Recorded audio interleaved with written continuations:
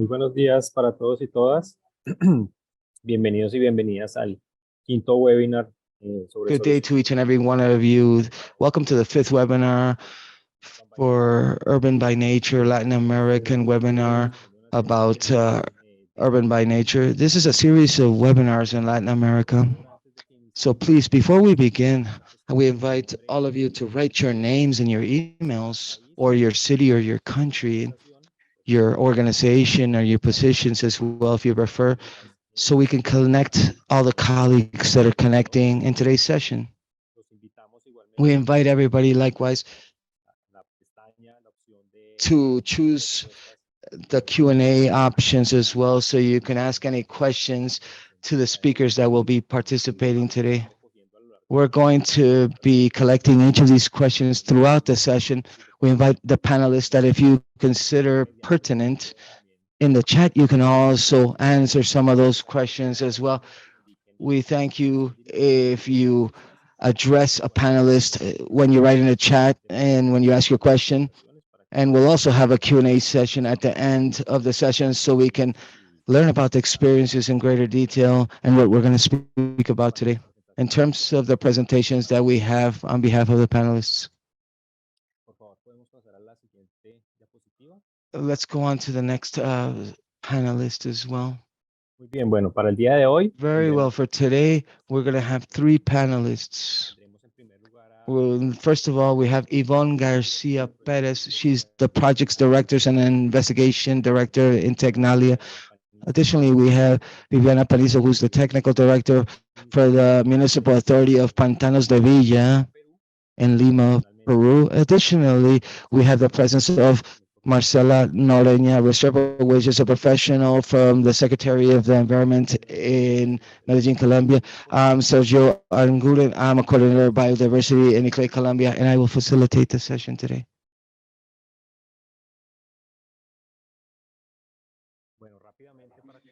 Well, briefly, in order to let you know or to highlight the context or summarize the context of what we've done in these series of webinars for Latin America with Urban by Nature, this node was launched in April of last year. The launch event occurred in person in Ecuador. This is associated to a project that is going to end this year. This is the Clever Cities project, and within the framework of this project, we launched this new webinar series to learn about nature-based solutions. After the launch, we've been having a series of webinars. This is the fifth and last webinar that we will have. We had a first webinar focused on the methodology of the Clever Cities project to dynamize and potentialize nature-based solutions via, or at an urban level, forgive me. This methodology proposes a series of steps that we will present a bit later on.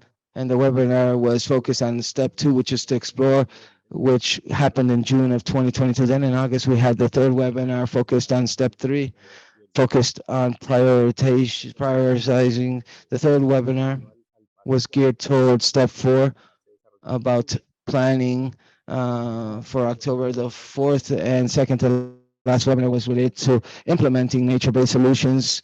That was in November of 2022. And today, which is February 9th of 2023, in the last webinar focused on step 6 about monitoring. Well, briefly, before getting into the presentations and learning about the experiences that the cities that are going to speak about today with us, let's talk about the methodology of Urban by Nature, the methodology. These series of webinars were organized in order to explain and develop and learn about experiences for each of the steps within the methodology. So each of the steps are going to cover some relevant ranges associated with the planning for green cities and blue cities with nature-based solutions in mind. Step 1 is focused on uniting, and in this sense, it invites cities and different groups that are involved will commit to share their experiences and share their learnings with their peers that are equally committed to have a greener and more sustainable and resilient future for cities. Step 2 is focused on exploration.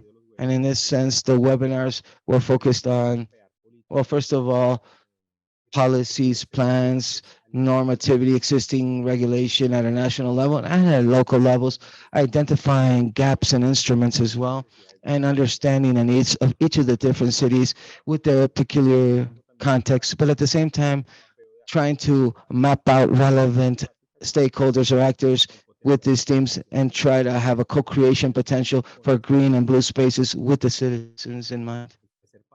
Step 3 is geared toward prioritization. Here, what we seek to do is to have the capacities to establish goals together with the citizens and the different stakeholders and the different interested parties and actors. In this step, what we do is allow participants to translate intervention options based on nature into the local context, into their individual context, based on the challenges and the opportunities identified.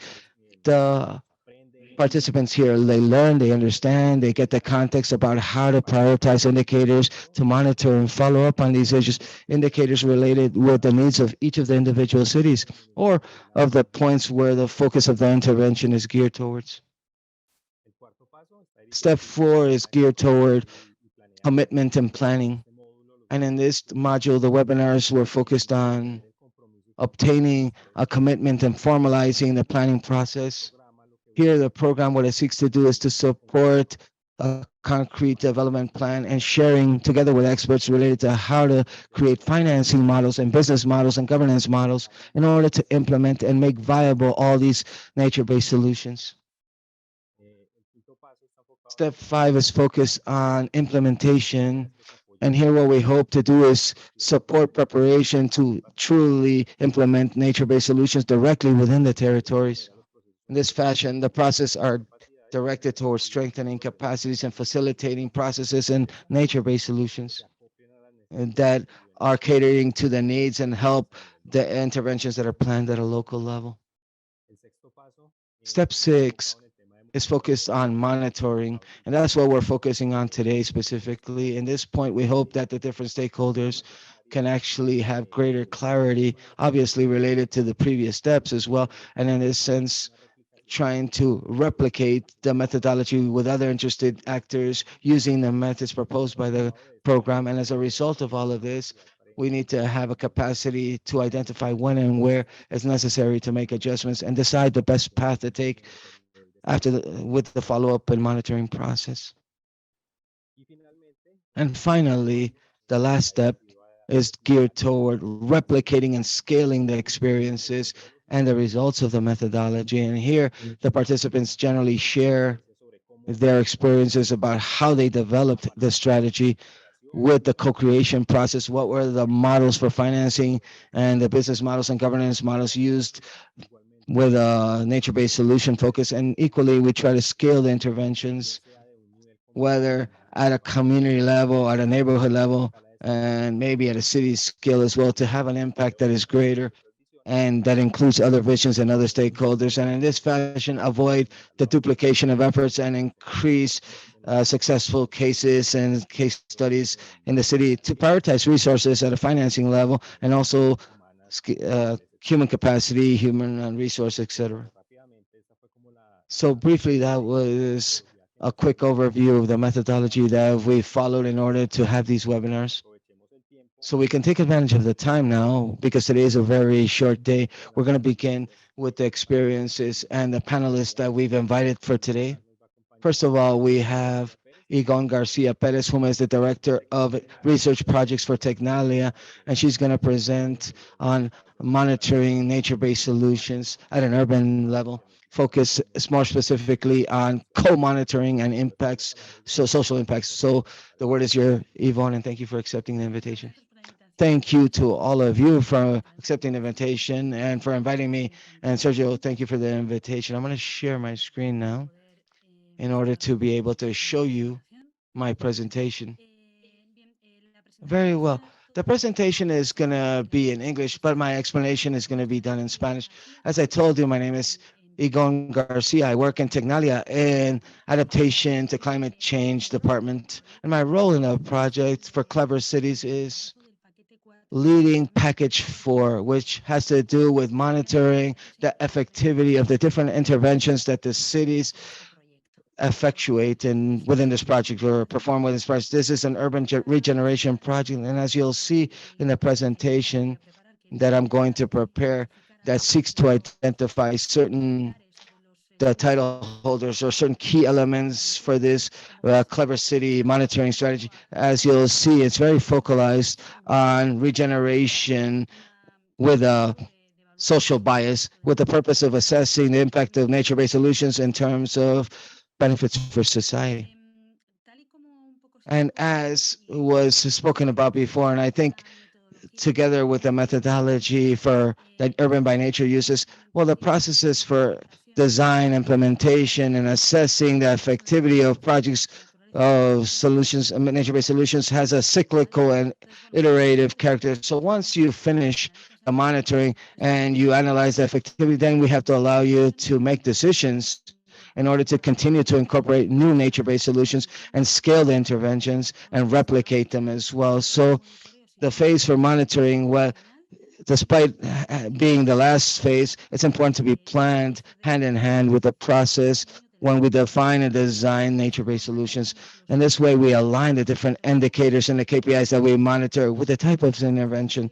My talk today will give you some tips about what the clever city monitoring framework is like, and also we'll try to reflect upon how the process was like for co-creation and co-monitoring within these cities, which has been a collaborative process and in this sense a very integrative approach, because hand in hand with the design process we work together, and certain elements will be spoken about how to assess or what types of indicators we will have in clever that we've applied in clever cities to assess the social impacts for nature-based solutions within regeneration projects, urban regeneration projects. What we're looking at right here in this chart is the panel of challenges and objectives, goals that we had in the cities at the beginning of the Clever Cities project. The three cities that realized regeneration interventions in Clever Cities were Hamburg, Milan, and London. These cities shared a series of initial challenges, as you can see here. These are all challenges related to regeneration. So the increase of their interventions with health and the well-being of citizens, increasing economic prosperity and sustainability, increasing social cohesion and environmental justice, which at the end of the day was one of the challenges which was truly important within this project, and then issues related to citizens' security. As you can observe here, well, the bias is at a social level. The bias that was proposed was very relevant, really. So if resilience for the climate and other types of co-benefits for the environment, for nature-based solutions, obviously were also of interest to the citizens. The guideline here for the intervention had as an objective to generate, just to give you an overview, to increase the social impact in positive terms that these interventions had for the citizens themselves. Each of these challenges can then be subdivided into concrete specific challenges. And the challenge of monitoring is to decide or define how these concrete objectives can be transferred into assessment and evaluation and metrics that we'll have to assess necessarily in two given moments, two different moments before the interventions and post-intervention, in order to have a comparative analysis between these two scenarios. Then we can analyze how effective the solutions were. So, well, the challenge was huge because not all cities have the knowledge and the methodology, explicit and scientific methodology in terms of each of the objectives that were being proposed. And it is necessary to have adequate resources, finances, and also knowledge and researchers in order to truly establish methodology that will be maintained through time. So we have to have local knowledge and we have to have levels at a local level. That's key, and resources at a local level. But in the concrete case of the Clever Cities project and cities that actually did interventions related to regeneration at an urban design level, not only do we have the social questions here with a very important focus on what is going to be monitored in terms of assessing effectivity, but rather the question or the importance of incorporating into citizens and to local agents to include everything that has to do with monitoring also affected the definition of the strategy itself. at the time of identifying what the KPIs would be and the metrics that we needed to assess, what we did was to have a series of collaborative work and participatory work, which was quite intense with the local agents, with the citizens, with the neighbors, with local associations, in order to understand the expectations that citizens had in terms of the interventions and what they expected and what they wanted those interventions to give them back in terms of returns, in terms of an impact, a benefit impact for the society. In order to undertake this collaborative approach to define the monitoring, we added by the experts, the social experts in the project, we added what is called the theory of change theory, the process for change theory.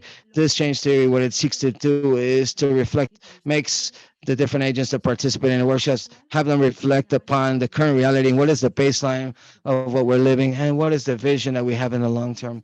And in the middle of this, we start to build the other pillars that what they allow us to do is to define exactly what is going to be our roadmap in order to start from some rules that we have toward that vision that we want to obtain. Each of these intermediate pillars give us greater light on what are the elements that we have to monitor, but also what are the elements that we have to focus our interventions on.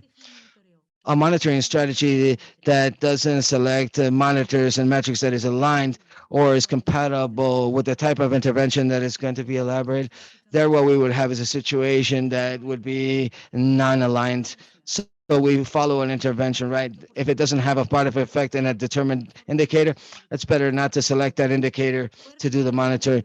In order to highlight what I'm saying, what happens sometimes during these processes, many times for change theory or theory of change, when we try to participate with the citizens and have them participate in their expectations. Sometimes their expectations do not fit well with the type of intervention. So we have to manage these situations properly in an important fashion because sometimes the intervention that we want to do at a decision making process has a purpose at the end that doesn't truly coincide with what the local agents actually want. So we have to shift the expectations in terms of the goals with what finally can be actually accomplished or put into practice as tools that clever cities use to actually do co-monitoring processes. At the moment of assessing social projects, Clever has a questionnaire proposal that we will provide to anybody that wants to learn about it. This is a questionnaire that what it allows to do is using questions, concrete questions for citizens and for the users in different spaces, try to understand what has been the effectivity in terms of the interventions in different environmental and social variables. Fundamentally here, these are more related with the well-being and the health of the citizens. Well, here, apart from a series of questions, general questions about the context that allow us to ensure that the showcase that we're selecting for this questionnaire will truly give us representative information. Well, we have information related to what are the environmental experiences of the users within these spaces and how that makes them feel, and some valuations related to how they consider the interventions to be effective or not within the context of the project.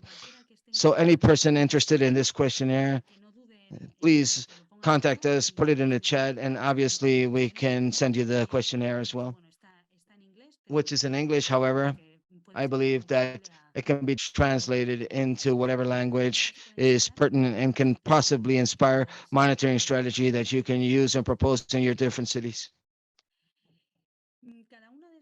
Each of these different tools for assessment purposes, for metrics, for social metrics, then they have to become part of indicators or KPIs that, as I said in the beginning, will allow us to analyze the effectivity of the solutions by comparing different scenarios, pre and post intervention scenarios. These tables here allow or hope to summarize or propose certain ideas related to types of indicators that have been used by the cities from clever cities to be able to assess some of the variables related with the challenges that the cities proposed. For example, in the challenge related to the health and the well-being that was perceived, there were certain cities that are interested in learning about what the frequency of use was of these areas, and others wanted to assess exactly how we saw an increase of well-being or a sense of well-being by citizens. And based on these issues, which are a bit more general, then we can define certain metrics that we would have to decide in the different moments during the project, especially before the intervention and post-intervention. So within this, this slide specifically, you see the proposal related to health and well-being, perceived health and well-being, and this same related proposal for social cohesion and integration, where we have specific questions related to how to increase social cohesion. And in fact, in certain projects related to clever cities, there were certain interventions very focused on vulnerable groups, specific vulnerable groups, which we have to establish specific metrics for. And these groups have special challenges when we try to collect information that is needed in order to assess them. And well, this was a block which is highly relevant for clever cities. And there were other variables as well, like in the case of the thermal comfort. In this case, we mixed co-benefits that nature-based solutions have in terms of reducing thermal stress together with the sense of well-being that citizens provide, because there's a perception for comfort and there's other series of variables which were more physical variables at the moment of monitoring. Another important issue for Clever was the increase of knowledge and the increase of, my word is, I'm losing it in Spanish, but the awareness on nature-based solution, which was an issue which is highly important, building awareness, because there was a lot of interventions, for example, in schools and education, as an issues related to perception or security perception. Well, this hope to be a brief overview, very quick overview of some of the things that were defined by the Clever City monitoring phases, so that you can actually understand right now from Clever Cities, the majority of the interventions have already been done. So we already have had moments to collect the information and the data for monitoring before the intervention. And when the interventions are completed, then we'll collect the data post intervention, so that before we close this project, we can actually compare both scenarios and analyze how effective our interventions were, considering each of these different metrics that we assessed. In the best of cases, a large part of these metrics, or many of these metrics, will become part of the strategy for monitoring for cities, and will get into a higher level, a greater level, and will scale up. And these can be experienced that can be replicated in different city projects in these clever cities. I hope I didn't take too much time, and well, thank you so much for listening to me. I'll answer any questions that you have for me. Thank you very much, Yvonne, for your presentation. I think that there's already comments in the chat asking us if it's very, if we can share the questionnaire. And remember, if you have any questions, please put them in the chat, but write who the panelist is that should answer it. But later on, we should also have a Q&A session, obviously, as well. So we can continue with the agenda. We'll give Viviana Panizo for the municipal level in Lima, Peru. She'll speak about nature-based solution monitoring and the experiences that they have in Lima in Peru. Thank you, Viviana, for accompanying us. Thank you for accepting the invitation. And please go ahead. Thank you so much for this invitation. I am going to share my screen in order to be able to begin the process.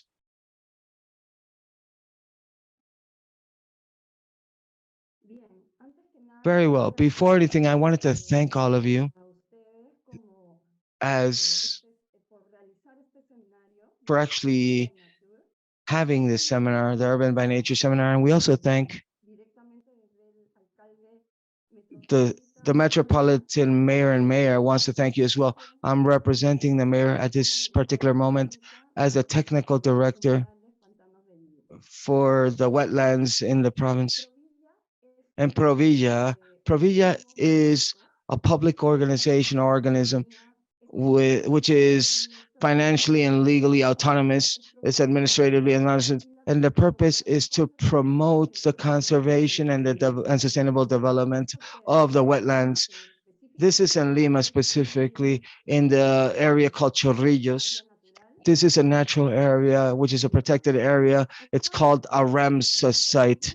And here I'm showing you a picture in 1943, taken in 1940s. Truly, this was a water source which was hugely important for the city back then. Nonetheless, nowadays, or currently in 2023, we find this current scenario, which we as Prohvilla were trying to take action on many different fronts, not only at a legal level, but at an administrative level as well, and also at a scientific level as well.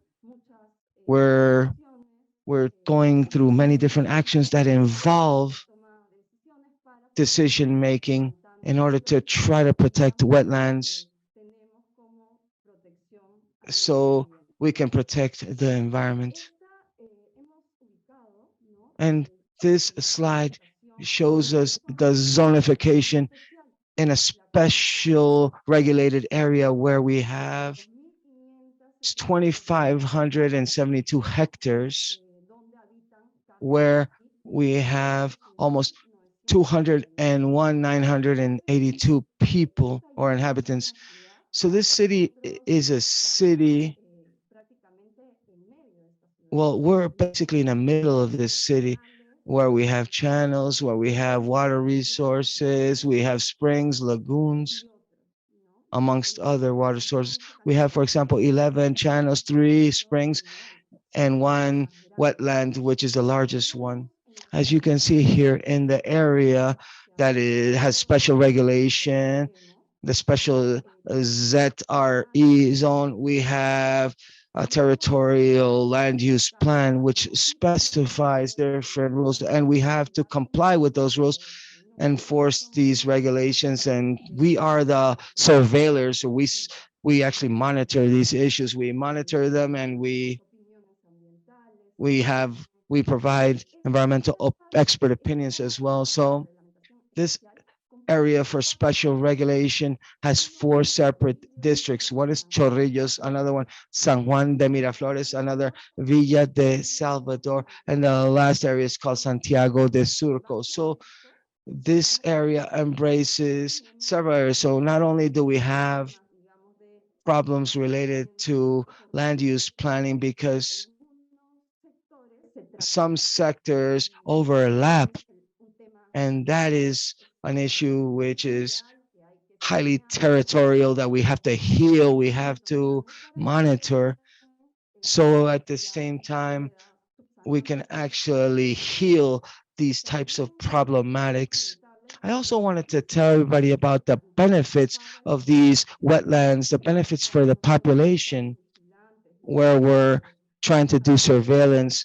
They absorb carbon, they reduce the intensity of the waves, they actually serve as a buffer in the coast, they reduce flooding, and they actually reduce droughts as well. In terms of the threats to this wetland, we have assessed, we have done a diagnosis, a feasibility study as well, not only at an urban levels, but we also try to monitor the water resources. And we have certain locations where we begin to actually monitor the plant life or flora. We also try to work with solid waste management and the transportation or motor vehicles that enter this area that has the special regulation that we have to monitor and assess as well. We have an area where we do fiscalization, but basically it's road surveillance and road monitoring in order to truly assess the area. And the data that we see here on the specific slide allows us to make actions and take action and take measures. And we also have a certain number of different typologies for affectation. So in certain sectors, we have municipal waste dumping, and we also have some problems with cutting down trees, the moving of the soil, moving of the mountain areas, and we've assessed these issues and what are the most recurring issues. We also have problems that are clearly identified problems or issues, like, for example, that within these areas, within these buffers, we've identified companies and businesses that are performing non-compatible activities within this special regulated area. And we also have sectors that don't have connections to water and to sewage, which basically means informal housing or squatting as well. So these informal housings have their own maybe water dumping, and at the end, this actually floods into the wetlands. So these are hugely important problems, and we've also identified these, and we've tried to monitor the sectors. We've assessed the area in order to try to continue to act within this area. And we also have solutions for these threats and for these problems, such as, for example, we can see a video. If it's possible, I can show you this video.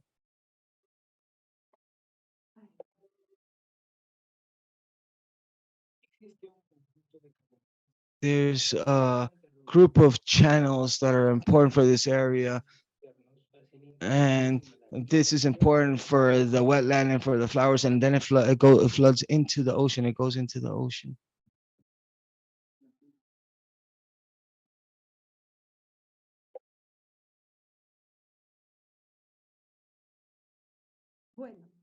Well, the video,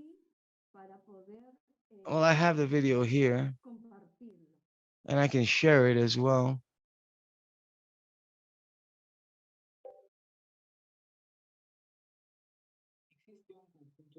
There's a group of plans about the importance of the water from external springs that flow into the wetlands and then flow into the ocean. Well, as I was telling you, this wetland here is being monitored with the different characteristics that I previously mentioned.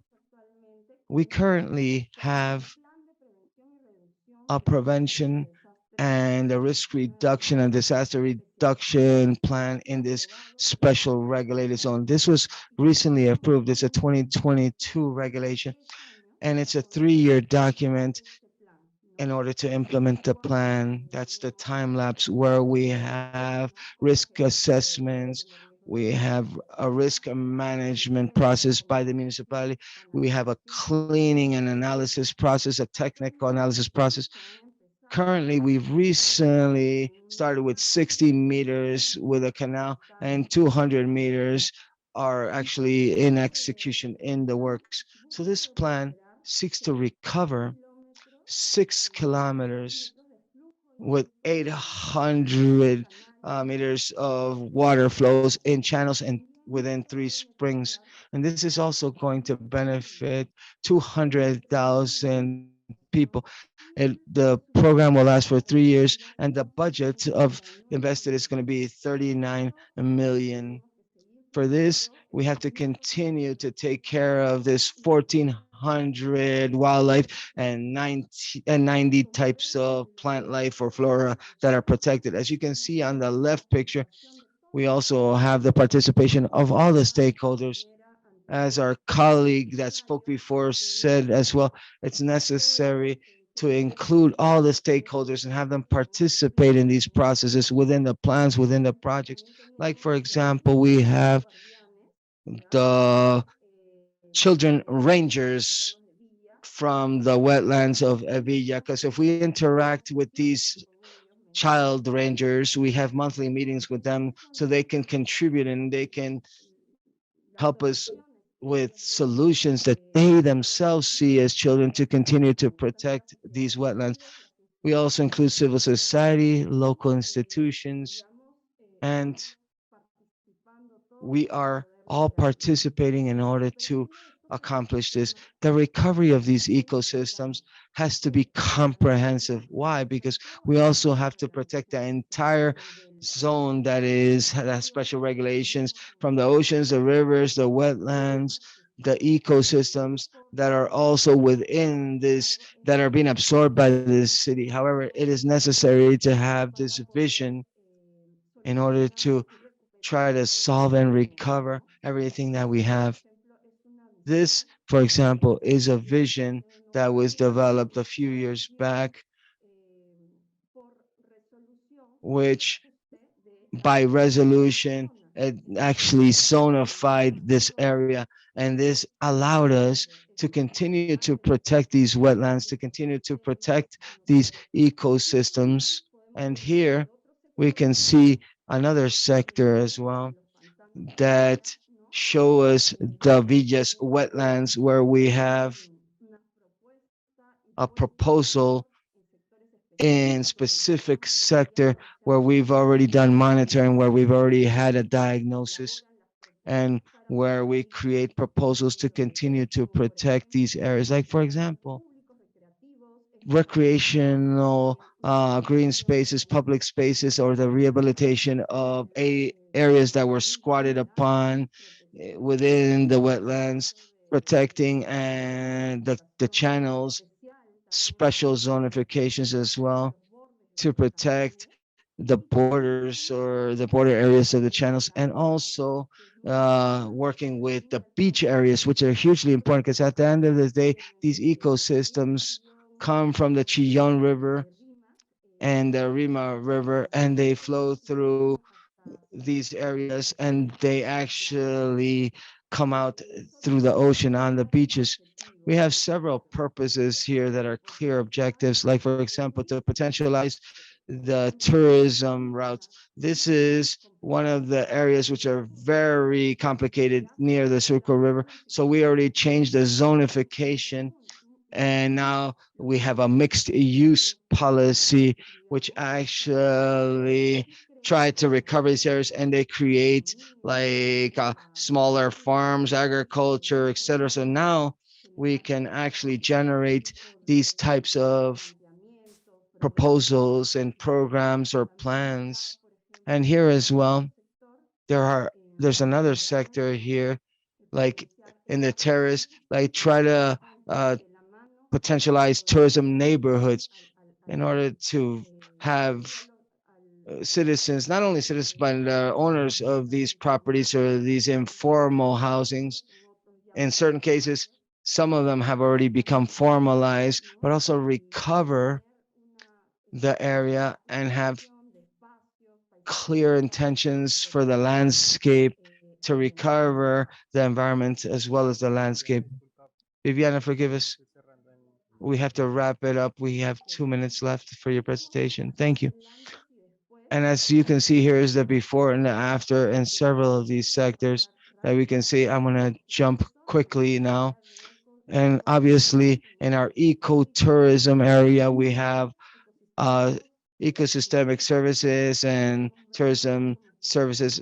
And here we can see like guided routes. We have some very interesting boats that use clean energies. And this is very inclusive because even people that have disabilities can enter.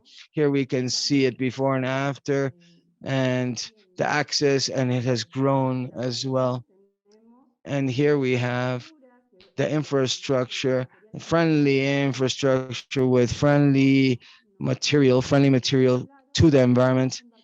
And we have green energy boats that use quiet electrical engines within the waters. So with this, we're complying with the sustainable development goals, monitoring and analysis and diagnosis, and with responses. And we have to continue to follow up and have surveillance to achieve the vision that we want and the objectives that we have set out to solve. And we are complying with these different agreements, which we think are hugely important.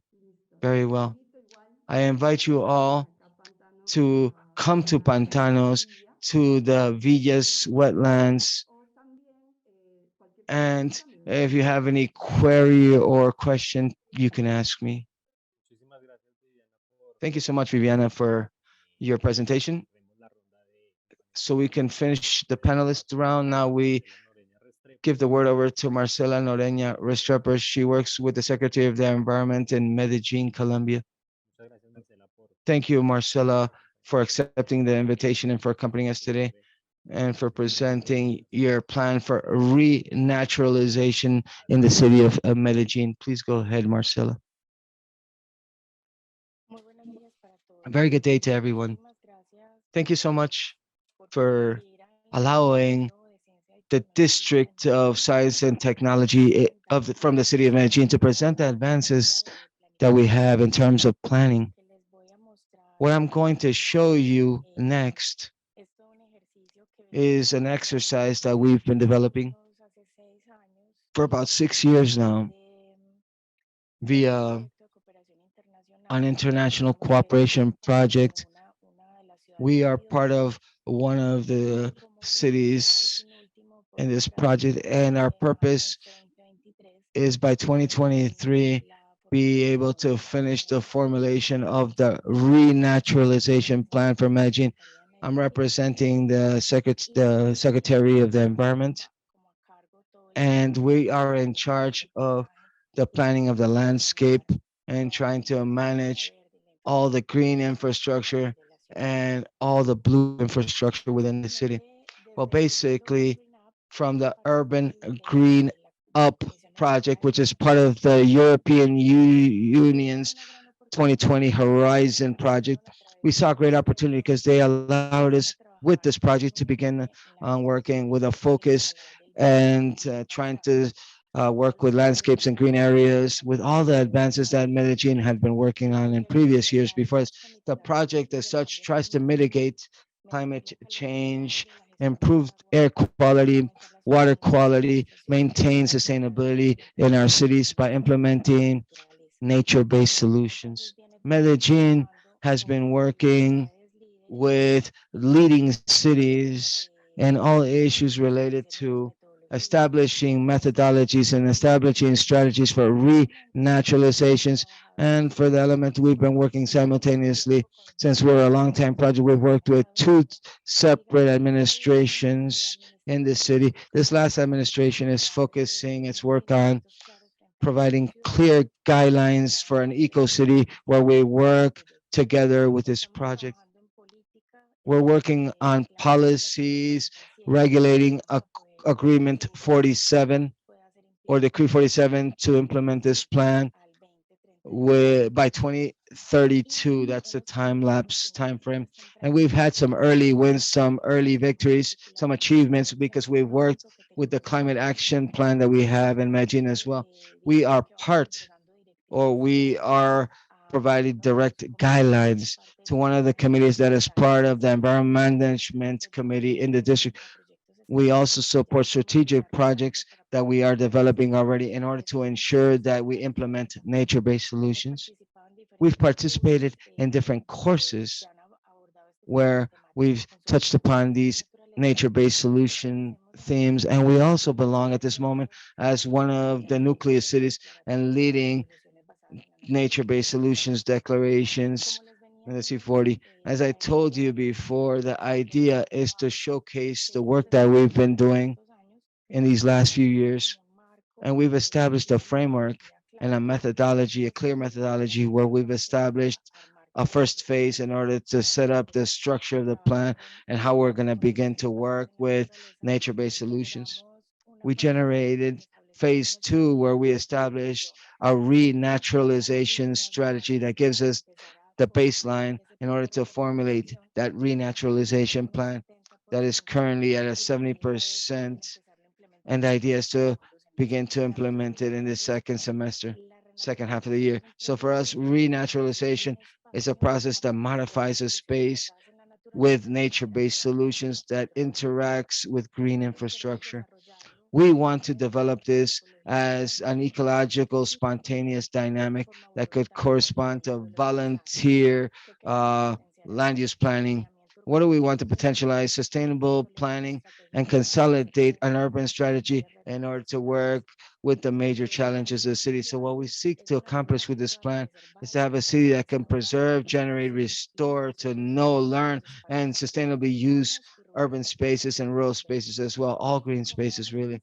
And how are we going to begin the renaturalization process? Well, with all of by formulating this plan that will allow us will allow this administration and future administrations as well to develop actions of a model for companies and for citizens so they can have a they can build a greener city.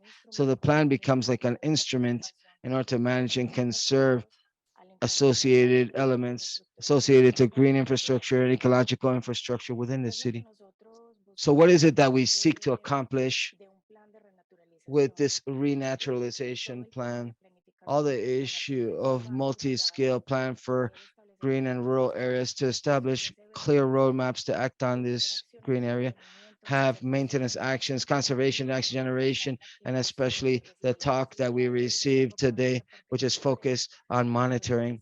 For us, it is key, this part is key to begin to monitor what we're implementing with nature-based solutions, to be able to work with strategies and existing plans, to be able to have that fusion with what we're doing between different secretariats, different departments in the government, from the environmental authorities, to have clarity related to all of this and be able to overcome these urban challenges.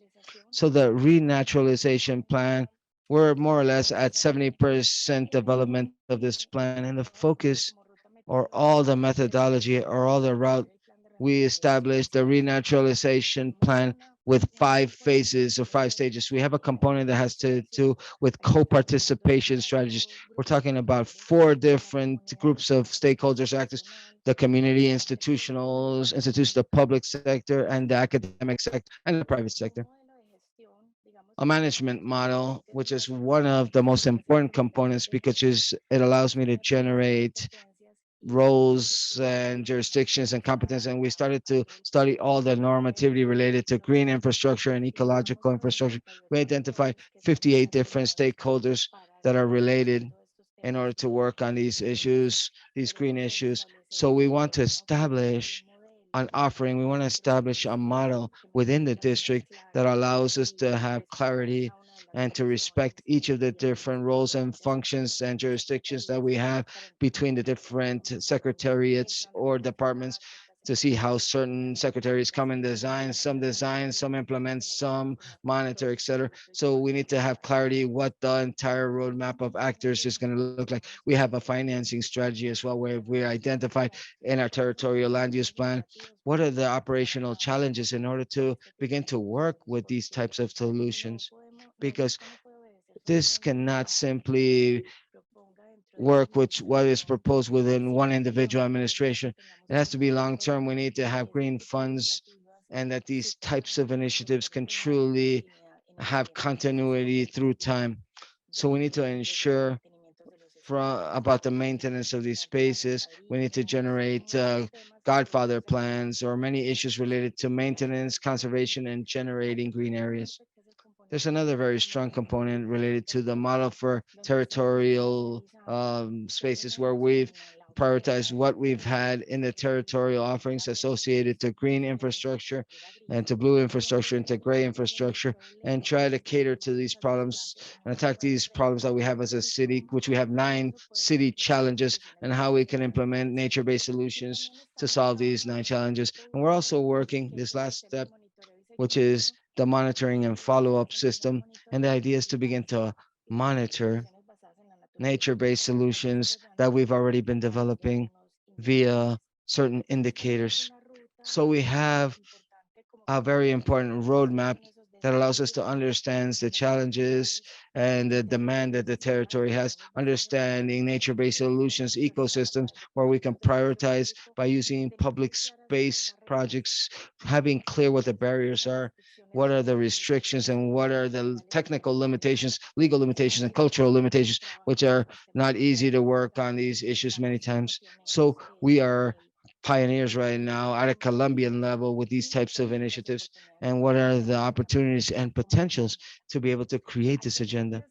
So here, one of the main objectives, apart from what the plan seeks, is to be able to evidence what we've already been working on with the different plans, which are environmental plans. So here we work clearly together with all of the biodiversity and ecosystemic services, the climate action plan, the holistic environmental policies, the environmental plans, the drainage plans, sewage plans, risk management plans, public policies related to environmental education, also that part related to rural development. Medellin has advanced quite a bit in rural development. So this cooperation project begins to look like an umbrella project that we feed and that we structure and we articulate or work or link all the exercises that are being developed by the different secretariats with their associated plans. So here in this second phase or the second part, I wanted to show you how the Secretary of the Environment and other new secretaries, because this is a work in project process. This is like a plan that I told you with many different stakeholders that are involved and how we are going to begin to work with nature-based solutions. Well, Medellin, starting with this territorial model, begins to identify 9 city challenges, which are the challenges that we are working with within the framework of the Urban Green Up project. There are 10 that have been established, but Medellin embraces 9 of the 10. So we have challenges: climate change, water management, managing green and blue spaces, air quality, urban sustainable development, participatory planning, participatory governance, social cohesion and justice, well-being and public health, and opportunities of green jobs and economic employment. So the exercise that we've done is to begin to identify from these territorial offerings, having clarity what the green infrastructure and blue structure is and gray structures are, where we see the possibilities to begin to implement nature-based solutions according to the demand and begin to work problematics like heat islands, the lack of vegetation, lack of green areas, uh, climate related diseases, quality of water, risk mitigations, ecological connectivity, etc. If we begin to work with the challenge hierarchy, having clarity that the main challenge has been mitigation to climate change and adaptation climate changes. There are some other challenges that are instrumental as well. And we have purpose as well to work on issues related to public health and well-being and justice and social cohesion. So what do we do with a prioritizing model where we begin to have those elements for each of the different infrastructures? How we begin to give these spaces more vitality and begin to see in these cases from the Secretary of the Environment. We work more focused on more water systems and all the issues related to mountain ranges and protected areas. And in this left image here, we can actually see an area or a creek which is completely, well, now it's a dump site, basically, this creek. And on the image on the right, we can see after the intervention how by using nature-based solutions, what the creek is like. We improve the spaces, and now we have social appropriation or people taking ownership. The territorial model establishes 22 KPIs or indicators. So the challenges have some associated sub-challenges. And here we began to see how the different secretariats or how we began to work this co-participation and co-design process for these indicators that we have, or we've already identified them, but the idea is to continue to adjust and finish adjusting our renaturalization plan and how we're going to begin to implement all of them. So the renaturalization plan seeks, as I said in the beginning, seeks to work with multi-green spaces. And for us, it's hugely important to establish from these 3 infrastructures, establish how we're going to work on these different scales, having clarity that at a micro scale, it's that specific area of the city where I'm going to intervene, where I decide what type of solution, specific solution is associated to each of these 3 different infrastructures. That's why from the catalog of the Urban Green Up catalog, Medellin begins to classify these informations and they break them down into categories. So we associated the information broken down by associated category to green, blue, or gray categories. And we begin to identify what the associated typologies will be. So here we begin to work with what we have of strategic projects that are part of the eco-city line for the Medellin Futuro Medellin Future Plan. We began to work with the Light Metro 80, the Rio Norte River, and all the bicycle routes that go from north to south, and strategic projects where we see a possibility to begin these nature-based solutions. So the territorial prioritization model begins to identify certain locations, certain heat areas or hot points, and certain neighborhoods or certain communities in Medellin where it's a priority to implement them. And we began to look at these points and see in these white points where the Secretary of the Environment can begin to work. Apart from this, the other secretariats and the other departments and all the conglomerate from the district, all the groups and districts begins to continue or has been working on other projects where we already showcase how we're working with nature-based solutions. Here in this case, it would be 30 green corridors. We're creating green walls, eco farms, and creeks as public spaces associated to water sources, improving 100 parks, working on more forest in the rural sections with ecosystemic rangers. We're monitoring biodiversity in protected area, and we're working on areas trying to buy land near water sources. Marcela, forgive me. We have to close in 2 minutes. Perfect.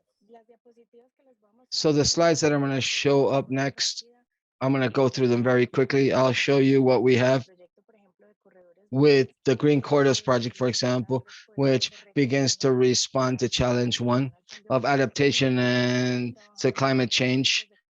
And we work with two areas associated to creeks and water sources. And we're also working on green corridors as well, associated to generating public spaces, like in a passive fashion, as our land use plans allows with different nature-based solutions.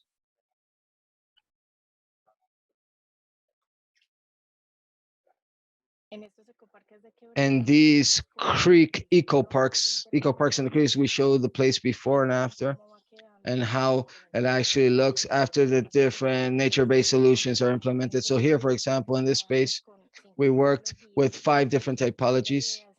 And the idea here is to come in later and begin to monitor the areas. This is the Villa del Socorro Eco Park. That's how it looked before. And look at how it looks now, the space after these interventions.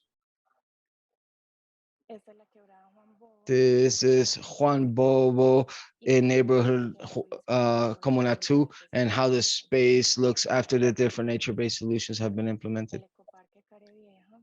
The Cera Vieja Eco Park.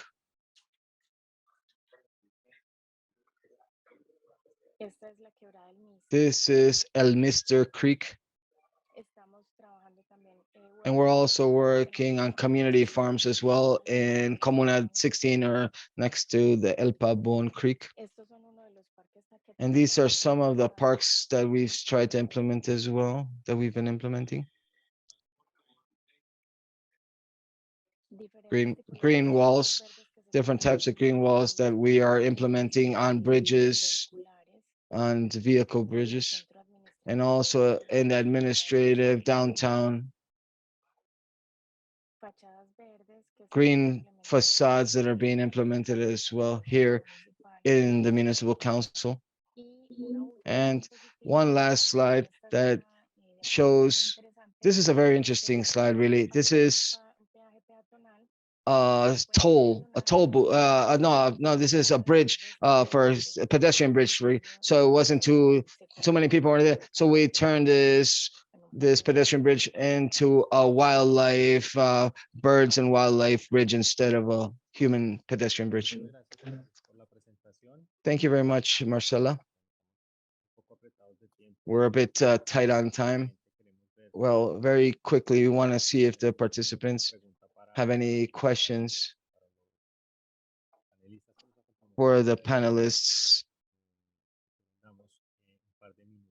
If you want, let's give them a few minutes to ask any additional questions, but either way, we're going to share the presentations, and we'll let you know where we're going to upload the recordings of the webinar for today.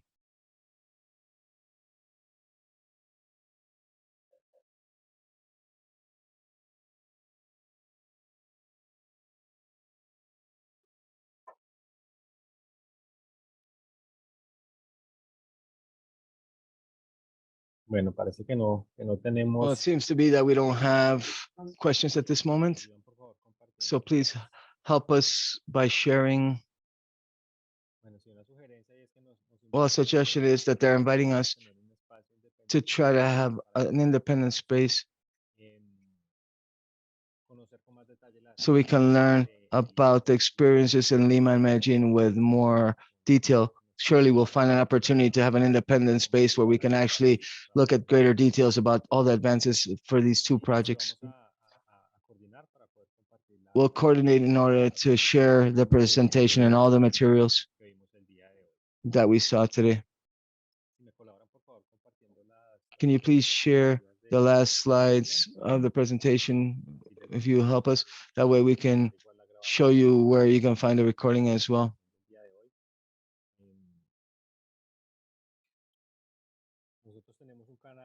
We have a channel, a YouTube channel associated to Cities for Nature platform.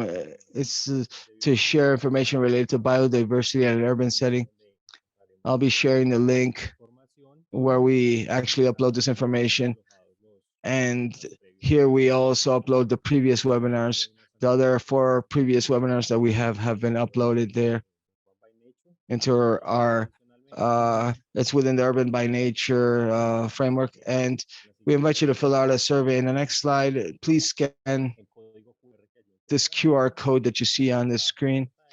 This is a very brief survey, and here we can come up with suggestions associated to each of the different webinars in order to improve our future events that we have. They're asking Marcela if you can please provide your contact information so they can contact you directly, so we can talk about renaturalization processes in Medellin. Yes, of course, Sergio. I'm going to write my email in the chat. Great, wonderful. Thank you, Marcela. So this is the end of today's webinar. Unfortunately, an hour goes by very quickly, and to touch upon all the issues that have been manifested, the time is very short. We would have liked to have more time, but we would like to have all the experiences from Medellin. You have the contact of the people, and from the materials, the corresponding material. And once again, I wanted to thank you, everybody, and we'll close today's webinar. And I wanted to give you the rest of the contact. Thank you for your participation. Thank you to everybody.